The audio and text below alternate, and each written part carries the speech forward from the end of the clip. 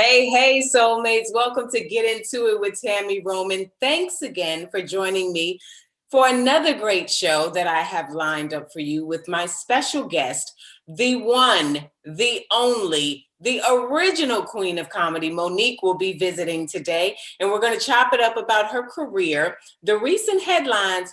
Y'all know, child, all that bonnet talk, and so much more. And a little later, I'm going to answer your personal questions in my Ask Tami segment. Now, this is where you give me your questions about your love life, your work drama, or even a tricky family situation. And I will, as always, do my best to give you the advice you need. So stay tuned for tonight's Ask Tami question.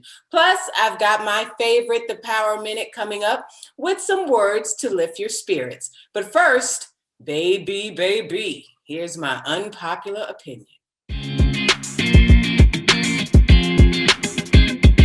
Now, I actually thought that my eyes were playing tricks on me when I first read this, but no, even my glasses was on, okay, and the words didn't change. Now, y'all pay attention and let me know what y'all think about this. In India, a woman suffers from a heart attack and dies. Literally, y'all, at her wedding, dropped dead, okay? Now, both families at the wedding came to a mutual agreement that her younger sister would marry the groom. So they had moved the bride's body out of the chapel and continued on with the festivities. Y'all, they had a recital and everything, okay? I felt like I needed to say everything because it's so ridiculous. And then the body was cremated later on. So it's a couple of questions here for y'all soulmates. Would you let your sister marry your man? Okay, let's start there. Would you let your sister marry your man? That's a resounding no for me. I think that they should have respected the sister that was supposed to be married and called off the wedding and took this woman out of the building and handled her funeral first. Now, the streets, you know, they always be talking, but they didn't like that Wendy Williams insinuated on her latest show that Simon, now y'all know who Simon is, that's Portia from the Real Housewives of Atlanta's newest fiance, okay, that he may have a hut. Now, y'all know he's African. And she insinuated that the man lived in a hut, okay? And from the clip I saw, she was basically saying that he may not have any money or real estate, which Simon clapped back via Instagram like he often does with photos of his beautiful abode and a spicy caption that read, "Hut living." Okay, Simon said, play with your mama, not with me, okay, because we doing it big out here. Now, we know that Simon isn't living in anyone's hut, but do you think that Wendy was just being shady Wendy that we've all said we love and being funny, or could there have been some envy there? Soulmates, this is what I think. Wendy loves being shady, and she can dish. So she needs to be able to take it. Now, when people talk about Wendy, she gets in her feelings. But if you're going to insinuate, which is very derogatory, let's just start there, that because he's of African descent, that he lives in a hut, all the Africans in the land, calling all Africans, because y'all need to get on Wendy Williams' about this. It was rude, it was disrespectful, and it was derogatory, and it was low-key racist. Okay, it was a racist statement. And I don't think that she should be let off the hook with this, because y'all come at everybody else. You need to come for Wendy too. And that's how I feel. You can't, it's just like when people sit out and they at the barbecue and flies is everywhere, and they say, I feel like I'm in Africa. You know, that's because you are going off of, which is also derogatory, but you're going off of what you think or perceive life in Africa is like. And let me tell you something, it's a very beautiful, rich country, okay? And so you need to really do your research and understand before you make statements like this. And I'm glad that Simon got Wendy all the way together.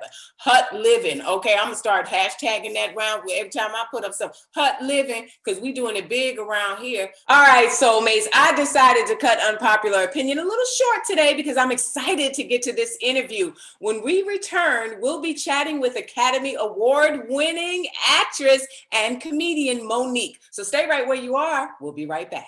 Back to get into it with Tami Roman. Now, my next guest has done it all. Small screen, big screen, talk show host, podcast host, comedian, and so much more. Recently, she set the internet on fire regarding her comments on women and their appearance when leaving the house. But baby, she loves us for real. Okay, so y'all better get into it. Please welcome Monique to the show. Hey. Hey, baby. How are you? I'm amazing, sis. How you doing? I am well. Let me tell you something.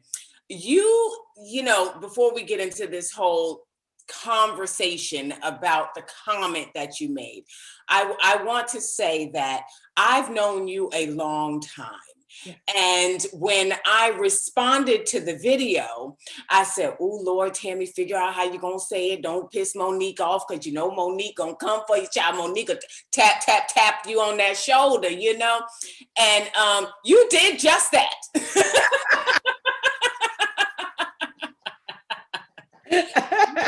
You did just that. And I said, I'm going to save this text because I wanted the people.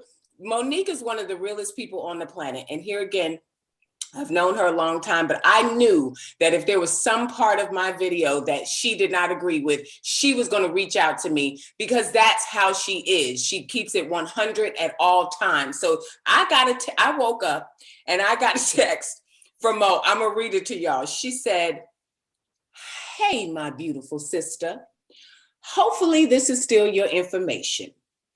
If at any time you would like to know how I feel about something, never hesitate to reach out. Secondhand embarrassment, which is something that I said in my video, is not at all my feelings. I just want us, our community, to take pride in us. I'm not worried about what these other folk think about us. What do we think about us? Any questions, don't hesitate to reach out and tell the family I said hello, sending love. And when I tell you, I cracked up because I said, she ain't changed in 20 years. Oh, my baby. You know, I just had to read the people that, because I said, Mo just has not changed. And so I said, I wanted to get you on the show first to talk about all the things that you've got going on. And then I feel like, you know, that conversation is secondary. So we'll talk about that later and give you a chance to really say what your thought process was, how you want us to perceive that, and just really where you were coming from, because I think a lot of people, including myself, misconstrued the message. Yes. Okay. So as I said, you've done it all, career and family wise. What is on Monique's current to-do list? Remember this little boy named Shalon? Yes. Your baby. My baby is going to have a baby. Oh my goodness. So that is what is on my to-do list, baby. What? Listen here. Tammy, when you call that baby, I've already apologized for my behavior. I've already apologized to him, to the baby's mother. I've already apologized to everyone. I want to say it right now. I am sorry, but please know, I'm going to lose myself completely. That's what Michael just graduated. Wow. David and Jonathan are going to the 11th grade. So much time has passed. I remember when the twins were born. Yes. They are now over 6 feet tall, over 200 pounds. What? These amazing little kings in the making. Like, Now, are they following you with the entertainment bug? Are they athletes? Are they academics? What is Jonathan, and see, you got to be careful when they're your children, right? Because people be like, oh, just because it's your child. Listen, if he was your child, I would be saying the same thing. That baby is a musical. I don't want to use the word. I don't want to use the word genius, but any instrument he's picked up, Tammy, he has blown it out of the water. David is a puppet master. Really? He's into puppetry. And when you watch this baby, since he was a little boy, doing like this, and initially you like, what is he doing? Okay. Oh, you know I did. I was like, okay, what is going on here? What's happening here? What is happening? Okay, because I've never seen no one in the family do this. So please help me. Okay.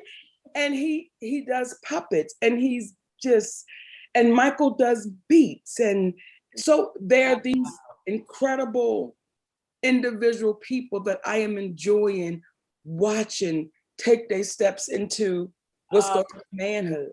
I love that. I love that for you. And I can't wait to see your grandbaby. I know you're gonna create a problem, but it's okay. Grandmas are allowed to do that.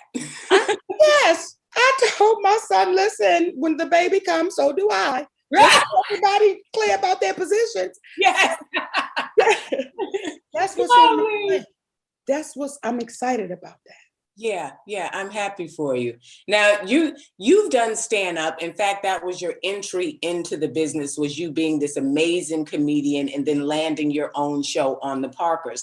But a lot of people don't know that you made history when you became the first Black woman to have a comedic residency in Vegas. And I knew that, which is why I made a trip to Vegas to come support. But what was that like? You know, and I want to be clear, okay, because I've gotten different messages. Some people have said, Monique, you was not the first Black woman. It was Marsha Warfield. So if it was Marsha Warfield, please let me bow down out of that position. So I really don't know, because Marsha Warfield has never said that to me. Right. So when it came to me, it was, you know, you'll be the first Black female comedian to have a residency. Yeah, because there's a difference between performing and being commissioned by the hotel to have a residency and a stay at their hotel and do your tour consistently there. So Marsha Walker, we're not saying other women have not performed in Vegas, but a residency, I do think you're the first Black woman to have that. Well, if I am, baby, let me tell you something about it, okay? It was Tammy to go on the same elevator as Sammy Davis Jr. To know the conversations that was had in that elevator about a little fat Black girl named Monique before they even knew my name. To know that there was a woman, a sister, she was in her 90s, that came to that show. And she said, baby, do you know there was a time that if we were not performing, we couldn't sit in this audience? And I asked that woman to come up on that stage and she could still kick her leg up, baby, like it was back in the day and she was performing. To be in the back in the dressing room, and Rodney Perry comes back and says, Monique, the first Black woman that ever wrote for Saturday Night Live is out in the audience. And her name is Sylvia Tremore Morrison. And I said, what did you say? He said, she's been doing comedy for over 50 years. I was embarrassed and proud at the same time, because I was saying, why don't I know this woman? And she's an impressionist. And she walked up on that stage, Tammy. So to say to be the first, I'm one of many. They just said my name first. But it was incredible, baby. And I want to say this to you too. I appreciate you for showing up. Oh, absolutely. I was coming. I appreciate you. I want you to hear me. I appreciate you for showing up. It was you and our sister Takara. Mm-hmm. I appreciate y'all for showing up for it. Absolutely, absolutely. I said, let me get on a flight and go support Mo because it was such a big milestone. And equally so, you had stopped doing the circuit for a little bit. So it's like, you know, the original queen of comedy, I was like, I gotta go. You know, it just didn't make sense not to go being right in California. And it was a great show. Like you still got it. You didn't, you still got it. I mean, the show was amazing. And then you gave us a little bit of everything. You gave us the funny, then you gave us like the sister, let me holler at you for a minute, real stuff. Then you gave us a little bit of the relationship stuff, and all of it, you know, cumulatively was just an amazing night of entertainment. Thank you, baby. Yeah, I really enjoyed it. Now, one of your most notable roles was, of course, Nique Parker on The Parkers. With all these reboots happening, is there something that you would be interested in bringing that show back?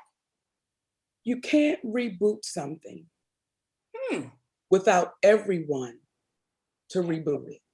Okay. Well, what's everybody else doing? Because you're probably the busiest one. So if they got you, it should be all right, right? Well, but that's just the way I feel about it. I wouldn't feel good if Andell wasn't walking through the door. Understood. Okay, that was, yeah. So, you know, and for me, that was a special moment in time. Mm-hmm, mm-hmm, and that show came on in 1998, Tammy, and it's never left the air. Right. It's never left the air. Mm-hmm. So to be, and I say this humbly, so please understand what I'm saying to us, to be the only Black female comedian in history to have her own sitcom. It stays on for 5 years and then goes in syndication all around the world. That show has been on since 1998. So I'm grateful. So it ain't never left. it's like you never left the air. It ain't never went nowhere. And I'm gonna tell you something. I had a moment, right? So I'm dropping my baby off at daycare, my Ray Ray. Mm-hmm. And I'm going back to the car. And this little girl says, oh my God, that's Nique Parker, that's Nique Parker. Now this little girl is about 5. Wow. Her mother rolls the window down and was like, you right, that is Nique Parker. The mama in the driver's seat. Wow. The grandmama is in the passenger seat. So you have 3 different generations. That all knew. Talking about that's Nique Parker. Yeah. Do you know what kind of honor that is? Yeah. When you put it like that, I'm like, dang, she's right. And that is, it has spanned, like you said, 3 generations since it first aired. Yes. Wow. Yes. Wow. Okay, so if we're not going to bring that back, then what about the talk show, Mo? I mean, because you had that first on BET. I mean, when you say Monique's name, and if people really give credit where credit is due, first either precedes or follows your name a lot. The first or Monique the first. So you were one of the first to have a talk show on BET. What about that? Bringing that back. Being a talk show host has always been my dream. Yeah. It was never to be an actress. I never went to Hollywood to become an actress. It was something that literally fell into my lap. And I got introduced to this baby named Countess Vaughn and fell in love with that baby. And here comes a show called The Parkers. Yeah. Being a talk show host, Tammy, is every fiber in my body. It is who I am. It is who I believe I was put here to do.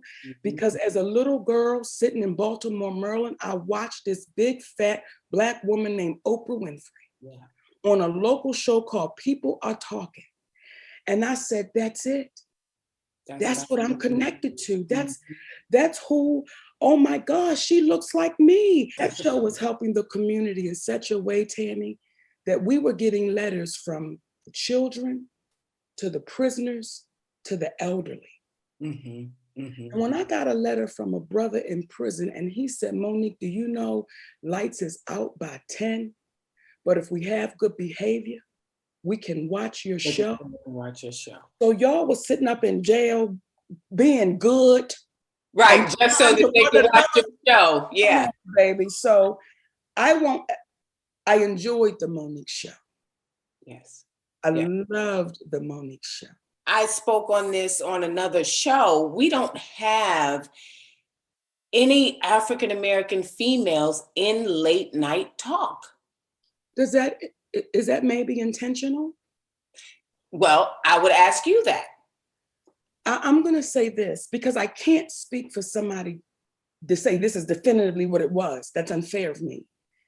When you have a show that's breaking records, and I say that humbly because that show was Monique, Rodney Perry, the band, the audience, the guests, everybody helped make that show incredible. Right. When you have that type of show and you have the community saying, I hug myself at night. I remember the show we did and I talked right to the dope boys. And I said, y'all do me a favor. Give me an hour. Give me an hour. If after that hour you still want to go, okay, but just give me your hour. Right. So I believe we were making a difference. I want to ask you something really quick before we go to break. I was listening to Kevin Hart's podcast. Yes. There's two specific things that I want to ask you because I noticed a difference in how public perception and response went when the same issue was being posed. So the first thing is, you had your situation with Netflix and you said to everyone, hey, they're not respecting the pay grade, the legacy, of what I bring in terms of what they're offering me to do a comedy special. I would like your support, Black community, in not watching them, boycotting them until they start doing right by us. Yes. Monique had one response from the public.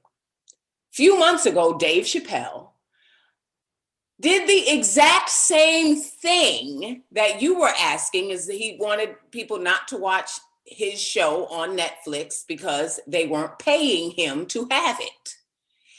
And everybody supported him.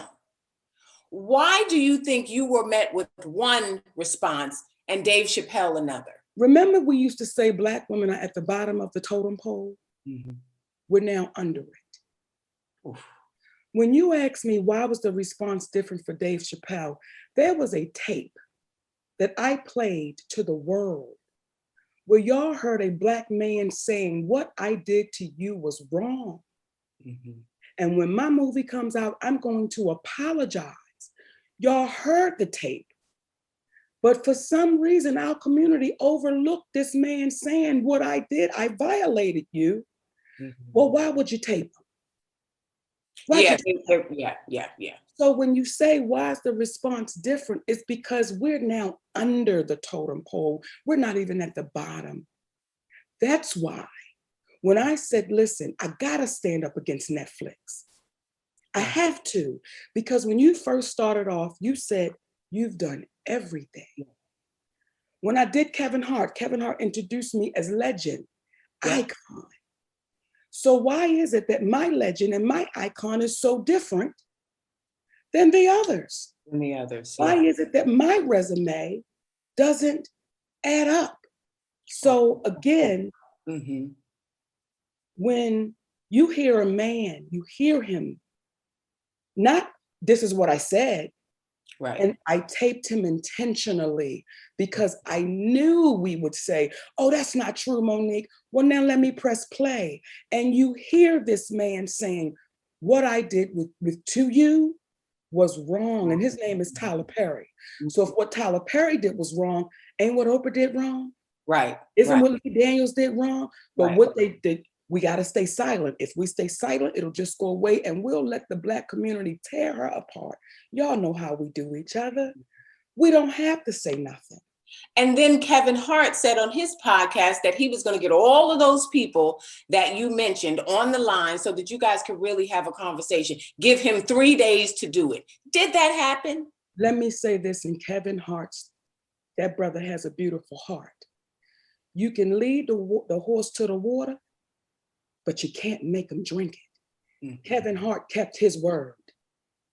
That's what the people wanted to know. Was that the world knows he kept his word. Now again, he can't make these grown people do nothing, but he kept his word and did his part. Yes.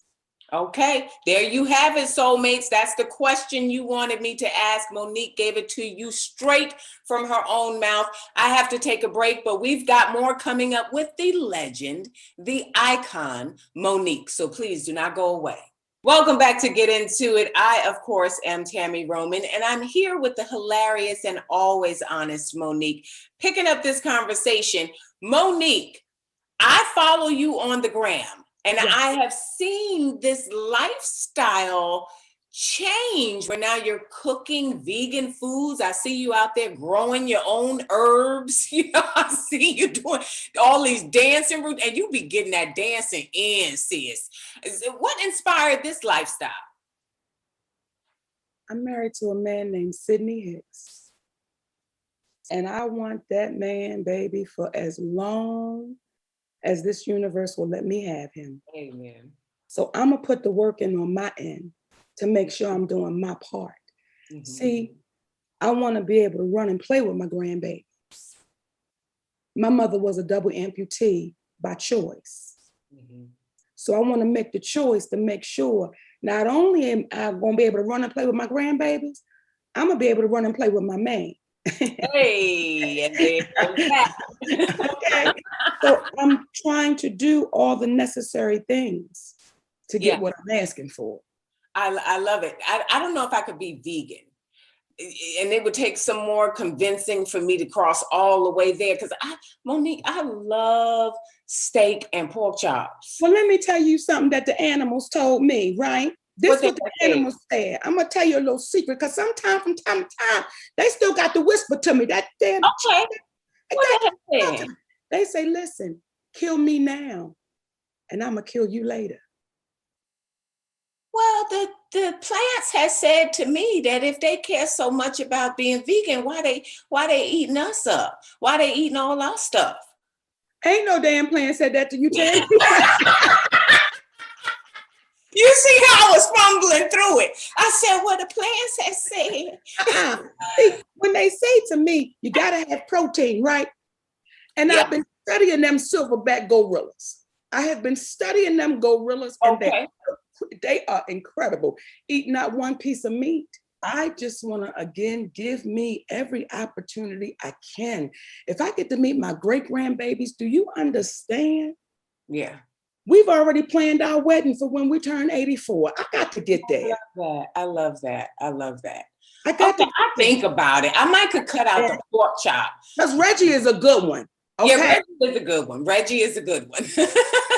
I'm trying to be around for him too. So I noticed that you had got an Ivy Park box, big one too. You saw it. Yes, I did. I saw it. That's what I'm saying, that I saw it. And I was like, well, Beyonce, hey, I'm over here. Beyonce ain't never sent me shit. Okay? You got the whole collection. What? I knew Beyonce before the world knew Destiny's Child. I had a moment to perform with these babies years ago. And they were at like a music thing, like I don't know what it's called, Tammy, but they had like the music execs out there. And they were singing for them. Yes. And I saw these sweet young ladies who were just, I said, listen, them babies, they special. Well, I never forgot that moment with her. And when I did the Beyonce dance, it was dedicated to this baby because she has put the work in. Yeah, you killed that. I remember on the award show. I mean, you killed that, hands down. That's still one of the best award shows that has been done, even after you. I mean, like nobody has done it like that since you, where it's legendary. So, so y'all still stay in contact? Well, listen here, okay? When the box came, Tammy, okay, let me tell you how bad our sister is. just so the world knows how awesome this queen is. They said delivery from Beyonce. Mm-hmm. Well, I thought it was going to be a UPS, Federal Express, no, sir. That's Beyonce delivery service. Yeah. I was going to get out the truck. I'm like, okay. Wow. So she's doing it big like that. See, I try to tell people just what you just said. Some people messed me up a long time ago. I had a birthday party for my ex-husband. I used to be married to Kenny. And somebody said this new group just got signed to Columbia. You should have them perform at the thing. And the people was like, no, they knew you need to go hire somebody else. Had I went with the group, it would have been Destiny's Child, and then I would know Beyonce, and then I probably would have got a box. You'd have probably got a box, Tammy. People be messing you up, messing your journey up. That's why you got to get in front of it. You got to get in front of it, okay? You got to get in front of it. Now, I'm going to tell you something. Because you know how me and you talk, right? And who likes to get right into the get to? Yes. We got to talk about this damn bonnet.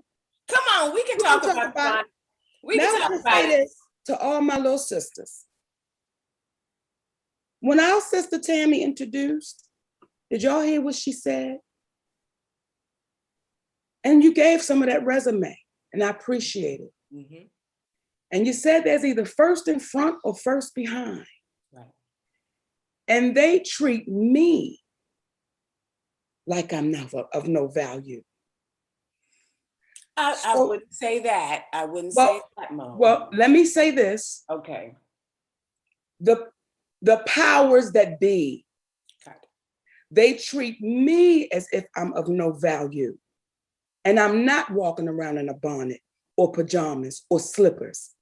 I'm walking around in my stage clothes. I'm walking around with a 5-year sitcom under my belt that's in syndication. I'm walking around with what they call the highest award you can receive in this business, called an Oscar. Mm-hmm. Mm-hmm. I'm walking around with all the things that they said, if you get these things, you're at the highest of the high. Right. And they treated me as if they wanted to say, we'll cancel her. And why would we cancel her? Because she didn't want to work for free. And when I said it 11 years ago, it wasn't popular. And there was not an abundance of Black women that rallied around me. And I couldn't take it personal, because when you know the history of us, there wasn't an abundance of Black women that rallied around Eartha Kitt or Fannie Lou Hamer or Hattie McDaniel or Ida B. Wells. Mm-hmm. There wasn't an abundance of us that said, we can't stand for that. So when I am saying to these young babies, please, my babies, love you so much that it oozes off of you. Mm-hmm, mm-hmm, mm-hmm. And if you got mad because of what I said, get mad. See, when I got mad, I got better. Right. When my husband had to tell me when I was way over 300 pounds, check this out. If you don't do something, we'll be planning your funeral. Mm-hmm. And that took me to my knees, not because I was mad at him. I was embarrassed at myself that I had allowed myself to get that way. And yes, it was painful when my husband said to me, "You gonna put all of that on your plate?" That hurt, because that was the true reality. So when I'm talking to these babies about these bonnets, please hear me, my sweet babies. Please hear me. They already don't want to value us. Right. So right. What do you think you're doing when you do that? Well, we come from a different era. And so even when I did my video, it was more of me understanding exactly what you were saying. So I want to put that out there, because I totally understood and actually agreed with what you were saying. It's like I do Bonnet Chronicles, but I do that online on Instagram. Your house. Yeah, I don't go outside in my bonnet, robe, slippers, none of that stuff. So I agreed with that part of it.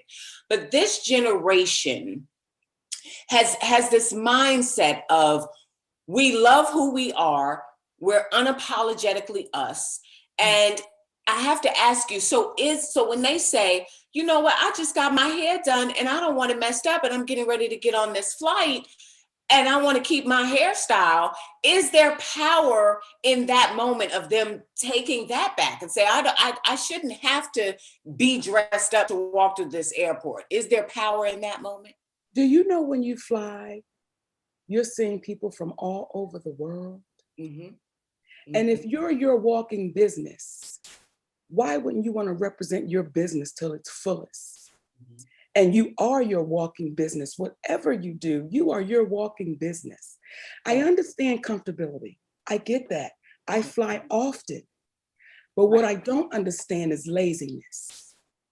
And when we say this generation, listen, we were 17 before.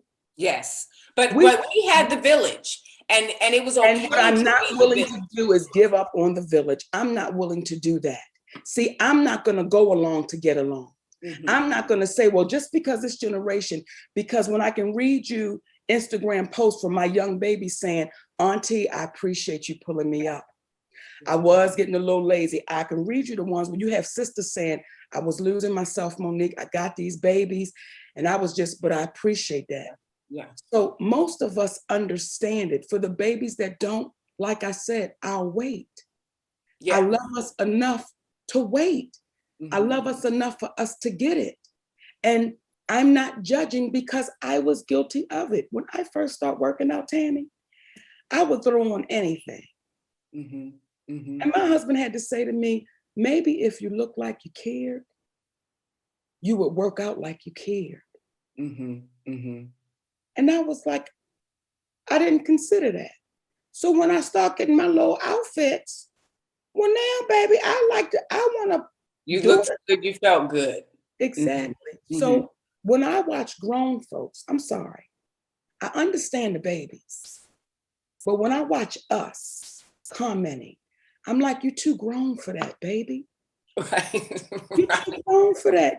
Because I don't know of any king that wants his queen to represent his kingdom like that. Yeah. I think that, because I read some of the comments as well, and most of the women seem to have felt like, which you touched on, you said, oh, she's judging us or she's being self-righteous. And you just explained you're not judging because you used to be that person. You're speaking from experience. Then Tokyo Vanity came out and said, some people are going to funerals. Some people are just doing all they can do to get on the plane. What is your response to that? Nothing's changed. We've always gone to funerals. We've always had things to do. See, if we watch historically, when you watch us, we stepped out with pride. Mm-hmm. We still have all those things to do. As right now, we're watching this massacre in Tulsa, and we're watching the documentaries, and are we watching our people? Right. Tell me the one you saw out there looking like she didn't give a damn. Mm-hmm. Tell me the brother you saw out there looking like, oh, I'm just in a rush or I'm just flying. I get all of that. I understand it. What I am saying to us is, let's give ourselves enough time to get together. I'm not saying makeup. I'm not saying a full dress. I'm not saying that. All I'm saying is look like you care. Right. I've seen some sisters post some beautiful turbans. I've seen some sisters post some beautiful wraps. Y'all know what is it the bonnet specifically, or is it the type of person that wears the bonnet? Because technically bonnet is like a turban, it's like a scarf, it's like it's still a head covering. So a bonnet from when we were growing up. See, this is the part I won't play with our community with.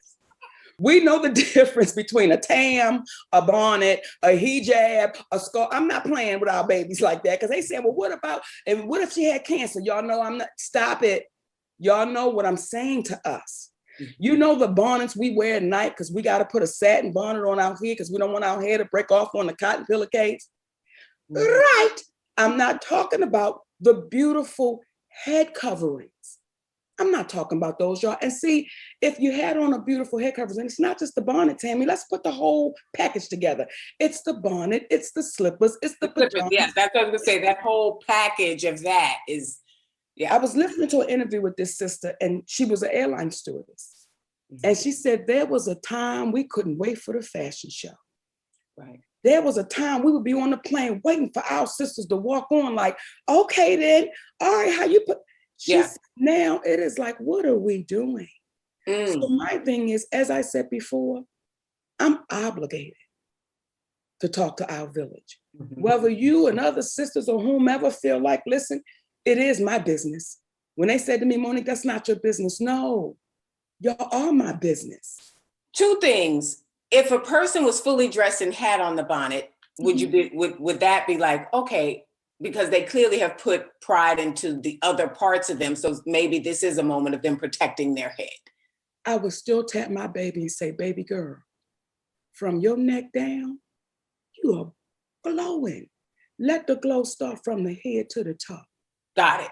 And go ahead, I'm sorry. Next, someone like me, because I'm admittingly saying, I was like, you know what, I just got to mind my business, because Monique, I came from an era where there was the village, but these kids don't want no village. Like, you know, it's like, and they will call the cops on you. They will, you know, go to Instagram, they put a post and, you know, it cancel you and all of this type of stuff. So I said, you know, I just choose to mind my business. But right here today, I'm asking you how, because you said Patti LaBelle tapped you, Margaret Avery tapped you. Yes. So I'm asking to be tapped on how I can help in this way without falling into the mindset of let me mind my business. And other people want to know the answer to this question as well. You know how we had the older sisters in the community and they didn't know how to talk to us? Mm-hmm. And we rolled our neck and rolled our eye, get your little fast ass over here. And we was like, right, talk to us. But remember the one in the community that said, hey, sweetie, come over here with your cute self. Mm-hmm. Let me plait your hair. You know, you too pretty out. Well, you felt good because that person was giving you, hey, sweetie, hey, beautiful. Addressing you properly and attention and care. Yes. You felt like they cared about you. Mm-hmm. We have to deal with our village with nurturing and with love. So if I see a baby in the Walmart and she looks like she's going through it, it is my obligation to say, hey, sweet baby, you okay? You good? Because just from me looking at you, look like you could be going through something. Mm-hmm. Now, if she at that moment says, you mind your business, Monique, I just wanted to come over here and love up on you, baby. So you're saying initiate it, but if they're not, like you said, you can lead the horse to water, but you can't make them drink. If they're not receiving of it, then it's like, okay, well, I'll mind my business. I'm still not going to mind my business. I just wanted to come over here and love up on you, baby. See, if you keep going with love, and this is what worked for me, Tammy, that's why I'm talking from experience. Mm-hmm. Mm-hmm. This is my third marriage. Right. So I'm talking from experience when my husband had to love me when I wasn't worth loving. He had to love me, baby, through some times and through some things where he had to keep on. And I tell him, I said, you are so gentle and so patient. And he said, Mama, because that's what you need. Mm-hmm. So that's what our babies need. They need us to be gentle. They need us to be patient. They need us to be nurturing and not give up on the first one to say, you better get out of my face. Oh, there it is. Y'all heard it from Monique. She love us for real, y'all. I don't know what y'all don't understand. Now let's put all this bonnet talk to bed, which is where the bonnets should be. I'm Sister Tammy. But before we let you go, Mo, we do this thing around here called Tammy's Fast Five. I'll ask you 5 rapid fire questions, and then you just answer with the first thing that pops into your head. You ready? Oh. Mm-hmm. What's the biggest misconception about you? That I'm difficult. I agree. What was the most challenging thing about having twins? Because you're not. Okay. I got that one. Okay. My girls gave out after 30 days. Really? They said, listen, that's just too much. Yes. Okay. Yes. Do you regret being public about your open relationship? No. Yeah. Because you're helping people understand that conceptually. Yeah. I know we don't have time for me to explain it, but yeah, no, I'm not, I don't regret that at all. Okay. Is there one thing you could change about yourself? What would that be if there were one thing? Nothing. I was waiting on that. I knew, I said, she's taking a long time to say nothing because I knew you were going to say that. You see that dramatic pause? Yes. And that's while you have an Oscar, ladies and gentlemen. Which is better, sex in the morning or in the evening? Baby, whenever it is called for. Okay, let me just be clear. I love it. Thank you so much for being here, Monique. I appreciate you 100,000%. Soulmates, that was the conversation you requested to hear. I hope you now understand what Auntie Mo, who's my sis, we're the same age, but what your Auntie Mo was trying to say to you. She loved us for real. Take the initiative to invest in yourself, which is really the underlying message. Stick around, soulmates. You've got questions. I've got answers. Ask Tami is up next on FOXSOUL. Welcome back to Get Into It. I'm Tami Roman, and it's time for Ask Tami. In case you're new here to Get Into It, this is the part of the show where I answer your video questions about relationships, work issues, or family drama. So let's take a look at the latest video. I need some advice for a friend who's married. Her in-laws really do not care for her. However, when family events and things comes up, she feels obligated, to go to them. Is she wrong if she just starts ditching them? Or should she still go to show the support for her husband? Let me know. Thanks, Dominique, for sending in that question. Hey guys, really quickly, if you want some advice on your relationship, family drama, or personal issues, send me a video. But Dominique, what I want to tell you about this particular situation is it's hard when you talk about in-laws, right? Because you want to be one cohesive family unit. I have often spoke about my relationship and marriage to my ex-husband, and his mother did not like me. I was the type of person that felt like I needed to protect my energy and my space, and I chose to fall back. Many, many years later, his mother actually acknowledged that she had treated me poorly and wished that we had a better relationship. I said all that to say this. You never know about them tables because they always turn, right? So in an effort and an attempt to have this unit that operates as a family, where there's love and where there's joy and where there's camaraderie amongst everyone, maybe do it differently this time. How about your friend still show up? Still be supportive of her husband, still show that she is a valuable part of the relationship. And what you're doing in those moments in those instances is causing the other side of the family to have to interact with you, to have to deal with you, to recognize that you're not going anywhere. I'm going to be here, y'all. So we either going to like each other or I'm going to be at the barbecues talking to my husband and not talking to y'all. But I think, giving it that type of shot at love, shot at family might be the way for this particular person to go. Only because here again, my past experience, she circled back and realized that she had made a mistake. Now, it took her many, many years to do that. Maybe by your friend taking this approach, it only take a few months, a couple of weeks. I'm going to pray for a few days for the family to say, you know what, she ain't going nowhere, child. So let's just try to interact with her and like her in spite of. That's the advice. Give family a chance. Now, guys, if you have a question, please do not forget to do your 1 to 2 minute video and email it to asktami@foxsoul.tv, or you can post it on Instagram and be sure to use the hashtag AskTami. Someone will see it, get it to me, and we may use your video on the next show. We're taking a quick break, but the Power Minute is up next, so don't go anywhere. If you would get off the couch, stop playing video games, stop murmuring, stop complaining, stop going to a job you don't like. You're about to go to a whole nother level in every area of your life. Talking about the I am. I am strong. I am equipped. I am confident. I am more than a conqueror. Don't let your words guide you. Let your actions guide you. Everything you've ever wanted, everything you've ever wanted in life, it's in your idea.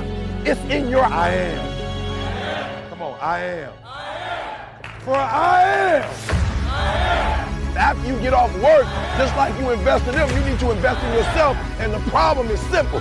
You're not investing in your Write the idea down and shut up. You ain't got to share your idea with 50 people.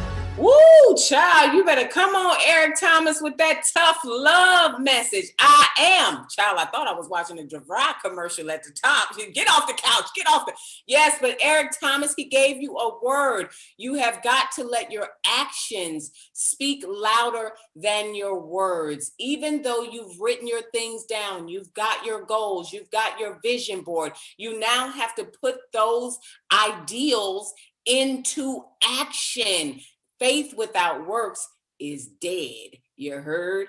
Thank you for joining me today, soulmates, and special thanks to my guest, Monique. Sis, I really appreciate you stopping by, us being able to have that dialogue and that conversation. Now we can put this bonnet talk to rest. Congrats on everything you've got going on. I'll be back tomorrow and we'll be getting into it with my guest, nephew Tommy. You don't want to miss that. Soulmates, have a great evening. I'll see you tomorrow. I'm about to go get me something to eat and relax in front of the TV because you know what I got to watch? The Book of Sean. That's up next.